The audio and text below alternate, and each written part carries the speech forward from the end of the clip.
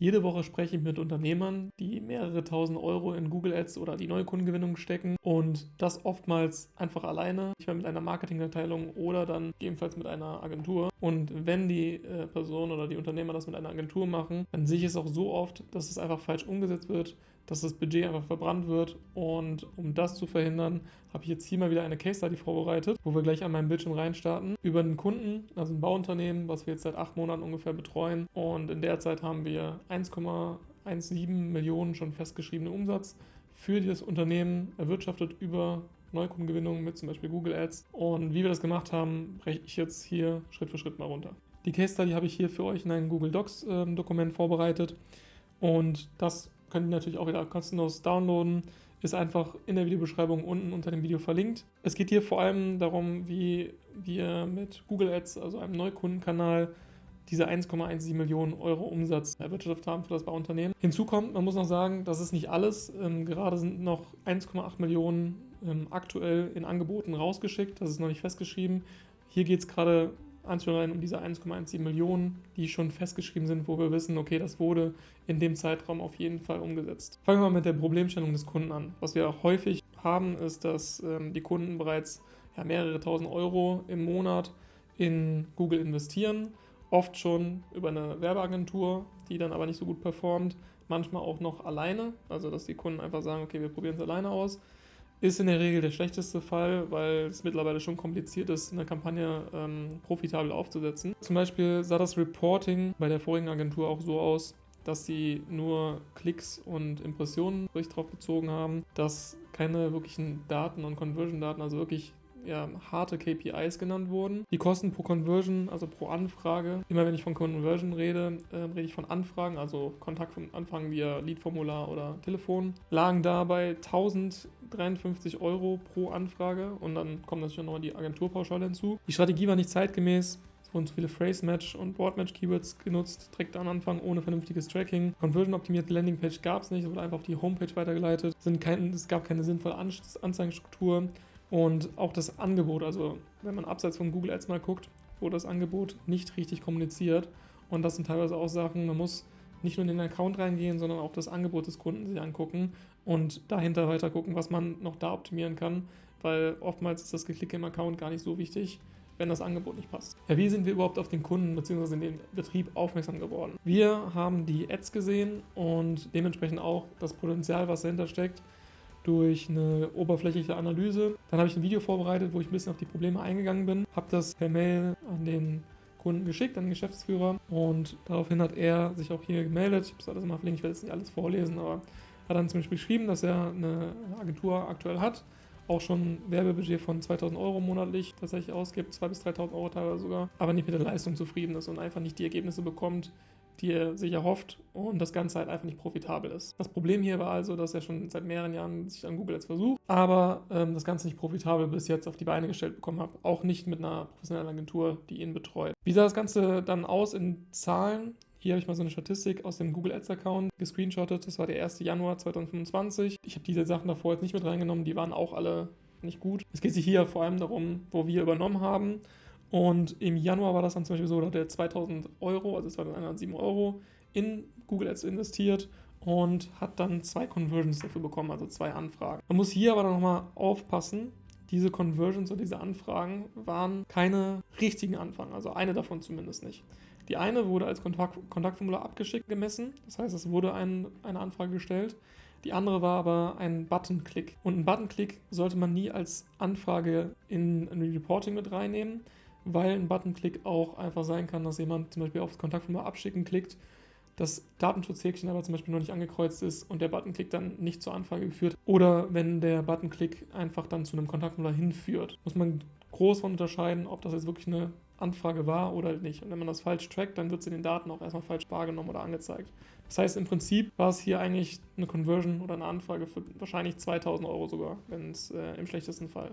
Genau, was mich tatsächlich ein bisschen geschockt hat, als ich ein bisschen mit dem Kunden in Kontakt gekommen bin. Das Reporting von der Agentur vorher, da habe ich mich hier mal so einen Auszug gemacht. Natürlich habe ich die personenbezogenen Daten alle rausgenommen, weil ich jetzt auch keinen bashen will oder irgendwas. Aber da wurde ein Reporting zum Beispiel geschickt. Das sah auch fast jeden Monat genau gleich aus. Aber zum Beispiel hier auf den Dezember bezogen wurde dann gesagt, dass man 442 Klicks generiert hat, dabei 912 € ausgegeben wurde. Das heißt, im Dezember wurde ein bisschen weniger Budget in Google gesteckt und dabei wurden dann keine Conversions generiert. Und keine Conversions bei 1000 bis 2000 € Budget kann normalerweise ein Unternehmen nicht einfach so monatelang wegstecken, ohne dann total ins Minus zu gehen oder einfach total unprofitabel zu sein. Und deswegen kam meine E-Mail genau zum richtigen Zeitpunkt, wo ich auch direkt die Vorschläge genannt habe, was man schon mal verbessern könnte. Ja, so bin ich mit dem Kunden in Kontakt gekommen und habe dann auch relativ schnell mit ihm die Zusammenarbeit gestartet, um endlich mal profitable Ergebnisse zu erzielen. Jetzt gehen wir mal auf unsere Strategie ein und wie wir das alles so ein bisschen ins Positive gerückt haben. In der ersten Phase haben wir natürlich die Kampagnen von der bisherigen Agentur erstmal pausiert und alles von Grund auf neu aufgebaut. In dieser ersten Phase haben wir uns dann vor allem auf Exact Match Keywords fokussiert und nicht auf Phrase oder Broad. Bei den Exact Match Keywords möchte man, dass seine Anzeigen wirklich auch nur für diese Suchbegriffe ausgespielt werden. Bei Phrase und Broad ist es nämlich anders. Bei Broad Match Keywords kann es dadurch nämlich sein, dass man zu extrem vielen Keywords ausgespielt wird, die gar nicht zur Leistung oder zum Unternehmen passen, weil Google da einfach die Bedeutung oder den Intent hintersieht. Das heißt, dass man extrem viel Geld für Klicks ausgibt, die gar nicht zu einer Conversion und demnach zum Ziel, also dem Mehrumsatz führen. Dann haben wir die ganze Anzeigengruppenstruktur geändert und haben uns mehr darauf fokussiert, die einzelnen Bereiche wirklich genau abzudecken. Demnach zum Beispiel hier mit Altbausanierung oder Badsanierung. Als Geburtsstrategie sind wir mit dem manuellen Cost per Klick reingegangen, einfach um beim Start so einer Kampagne mehr Kontrolle zu haben. Ich würde auch sagen, je mehr Budget man investieren kann, desto schneller kann man irgendwann auch auf die Smart-Bidding-Strategie, wie Conversion maximieren, wechseln. Aber in dem Fall, wenn man eine Kampagne neu startet und in dem Account durch fehlendes Conversion-Tracking sowieso noch nicht viele Daten vorhanden sind, ist Pflicht auf jeden Fall immer mit dem manuellen Cost per Klick oder gegebenenfalls auch mit Klicks maximieren zu starten. Aber ich mag es, die Kontrolle bei manuellen Cost per Klick zu haben. Dann haben wir natürlich auch ein sauberes Conversion-Tracking installiert mit dem Tracking von Formularen und Anrufen, haben One-Page-Landing-Pages erstellt für die verschiedenen Leistungen, also wirklich auch zum Beispiel für Altbausanierung eine eigene Landingpage, dann für Badsanierung eine eigene Landingpage, damit die Customer Journey immer auf einem Level ist quasi. Und haben natürlich auch jeden Tag die Negativ-Keywords kontrolliert, damit im Suchbegriffe-Report auch nicht wieder 1000 Konkurrenten erscheinen oder andere Begriffe, wo wir nicht drauf bieten möchten. Im ersten Monat der Zusammenarbeit sind dann bei 1800 € Werbebudget 7 Conversions, also 7 Anfragen generiert worden, bei bereits nur noch 265 € statt 1054 € bzw. 2000 €. 265 € ist immer noch viel, wenn man aber bedenkt, dass es Anfragen zum Beispiel von Badsanierungen oder Wohnungssanierungen waren, die zwischen 30 und 120.000 € teilweise pro Anfrage wert sind, ist der Preis von 265 € gar nicht mal so extrem. Aber wir wussten natürlich, da geht noch deutlich mehr und wir können mehr Conversions erzielen zu günstigeren Preisen. Demnach sind wir dann in Phase 2 bei der Geburtsstrategie umgewechselt und haben dementsprechend mal eine Testkampagne gestartet mit 50% Budget auf die Geburtsstrategie Conversion maximieren. Wie man so eine Testkampagne startet, kann man sich hier reingucken, da habe ich ein Video mit verlinkt, haben danach entsprechend noch die Anzeigentitel der responsiven Suchanzeigen immer wieder weiter optimiert. Das ist auch wichtig, dass man immer guckt, okay, welche Performance bei den Anzeigentiteln ist gut, wo kann ich gegebenenfalls meinen Anzeigentitel austauschen und verbessern. Dann haben wir weitere Negativ-Keywords immer wieder hinzugefügt. Wie man das genau macht und wie man da vorgeht bei den Negativ-Keywords, könnt ihr euch auch hier angucken, da habe ich auch ein YouTube-Video verlinkt, genau speziell zu diesem Thema. Dann haben wir noch eine PMax-Kampagne eingebaut, weil wir genug Daten schon durch das Conversion-Tracking gesammelt haben. Und eine PMax ist immer so, sag ich mal, aktuell so ein 50-50-Test. Kann gut gehen, kann schlecht laufen, was die Lead-Qualität dann angeht. Und deswegen testen wir das in einem kleinen Budget immer mal wieder, wenn wir schon einiges an Daten über das Conversion-Tracking gesammelt haben.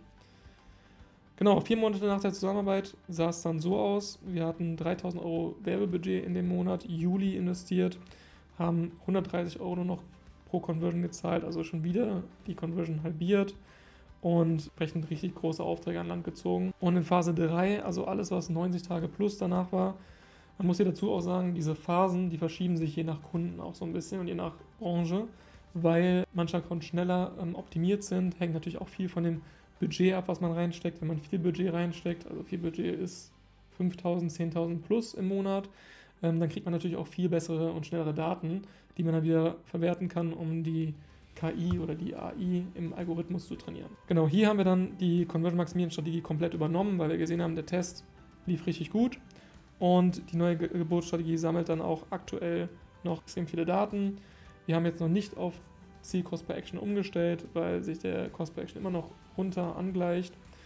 Die PMax hat sich erstmal als unprofitabel herausgestellt, heißt aber nicht, dass wir jetzt immer auf PMax verzichten werden, sondern gegebenenfalls demnächst mal einen PMax-Test machen, weil gerade mit diesen Kunden werden wir jetzt im nächsten Jahr auch noch extrem viel andere Sachen umsetzen. Dementsprechend werden wir auch nochmal die eine oder andere PMax nochmal testen, aber in dem Fall war es leider negativ, also die Qualität der Leads war einfach nicht gut. Dementsprechend wurde die ausgestellt und weiter auf Search fokussiert. Ja, und so sieht gerade der aktuelle Stand der Dinge aus. 8 Monate Zusammenarbeit. Aktueller Monat ist Oktober. Hier auch ein ganz aktueller Screenshot von heute rausgezogen. 1. Oktober bis 24. Oktober. Der Kunde hat das Budget ein bisschen runtergefahren. Das heißt, wir kommen nur so auf 2.000 Euro diesen Monat. Aber die Cost per Conversions haben wir nochmal runterbekommen auf erstaunliche 61 Euro. Was für Anfragen wie komplettes Haus sanieren, komplette Wohnung sanieren, Bad sanieren von Werten und Umsatzpotenzialen zwischen 30 und fast 500.000 teilweise pro Anfrage natürlich ein enorm guter Wert ist.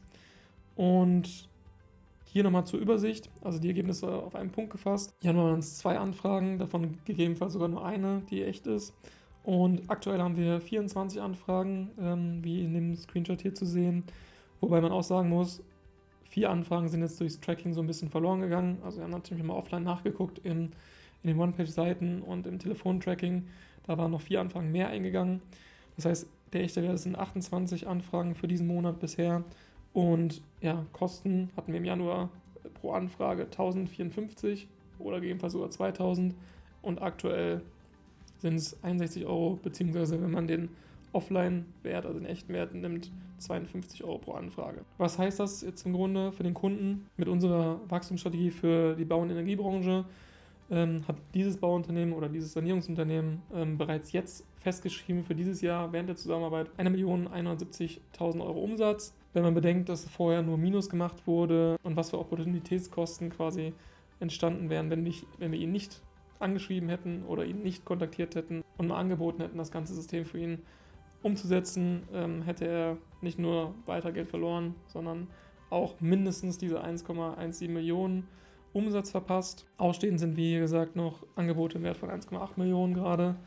Dauert natürlich in der Branche und im Bau und sowas ein bisschen länger, bis die Kunden bei solchen großen Summen sich auch entscheiden und das dann durchführen wollen. Und ebenso wurden tatsächlich sogar kleinere Aufträge von 30.000 Euro und weniger gar nicht mehr angenommen, weil zu viele Anfragen entstanden sind und weil genau dieses Luxusproblem, was wir bei den Kunden versuchen auch zu etablieren, dass sich, selbst wenn die Auftragsbücher schon voll sind, die Unternehmer dann durch Google Ads oder durch Neukundengewinnung an sich einfach die größten Aufträge rauspicken können und somit mit der gleichen Arbeitszeit einfach deutlich mehr Umsatz erzielen. Bei Investment von rund 20.000 Euro für diese Zeit, für das Werbebudget, mehr wurde in dem Zeitraum nicht investiert in Google, wurde dementsprechend ein ROAS, also ein Return on Ad Spend von 58,5 erzielt, ohne dabei noch die offenen Angebote zu berücksichtigen. Dementsprechend enorm gute Zahlen. Ich wusste, dass wir dem Unternehmen auf jeden Fall helfen können und das Ganze super profitabel gestalten, aber mir war nicht bewusst, dass es tatsächlich so ein Erfolg wird.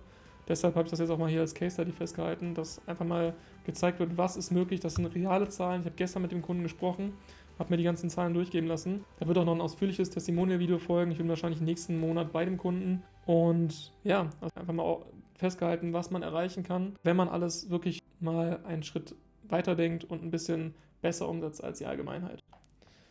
Hier habe ich dann auch nochmal festgehalten, so Learnings und Empfehlungen. Also wenn du da draußen gerade irgendwas in der Art aufbaust, ein Unternehmen hast oder sowas managst, dann kannst du dir hier nochmal ein paar Empfehlungen von meiner Seite raussuchen, wie wir so Kampagnen starten würden und wie wir Landingpages zum Beispiel nutzen, was für Tools wir dafür nutzen. Dass ein Conversion Tracking super wichtig ist, habe ich hier nochmal ein Video verlinkt, wo man das mit OnePage einrichten kann. Die datengetriebene Optimierung, dass die super wichtig ist, dass man dem System erstmal ein bisschen Zeit gibt, die Daten zu sammeln, nicht zu hektisch reagiert, nicht zu viel rumstellt und dann irgendwann immer mehr auf die Smart-Bidding-Strategien zu setzen. Ebenso darf man sich auch nicht auf dem Erfolg immer wieder ausruhen, weil Google ändert jeden Monat gefühlt Sachen und deswegen ist auch kontinuierliches Testing und Anpassen super wichtig. Anzeigentexte anpassen, Negativ-Keywords pflegen, das heißt sich den Suchbegriff-Report angucken und aufpassen, dass man wirklich nur für Keywords ausgespielt wird, die relevant für einen sind. Wenn du Bauunternehmer bist oder in der Sanierungs-Energiebranche unterwegs, melde dich gerne bei uns oder bei mir speziell. Wir können sowas auch für dich umsetzen. Hast hier unten meine Kontaktdaten drin. Und ja, ansonsten freue ich mich, dass du dieses Video angeguckt hast und würde sagen, bis zum nächsten Video. Ciao.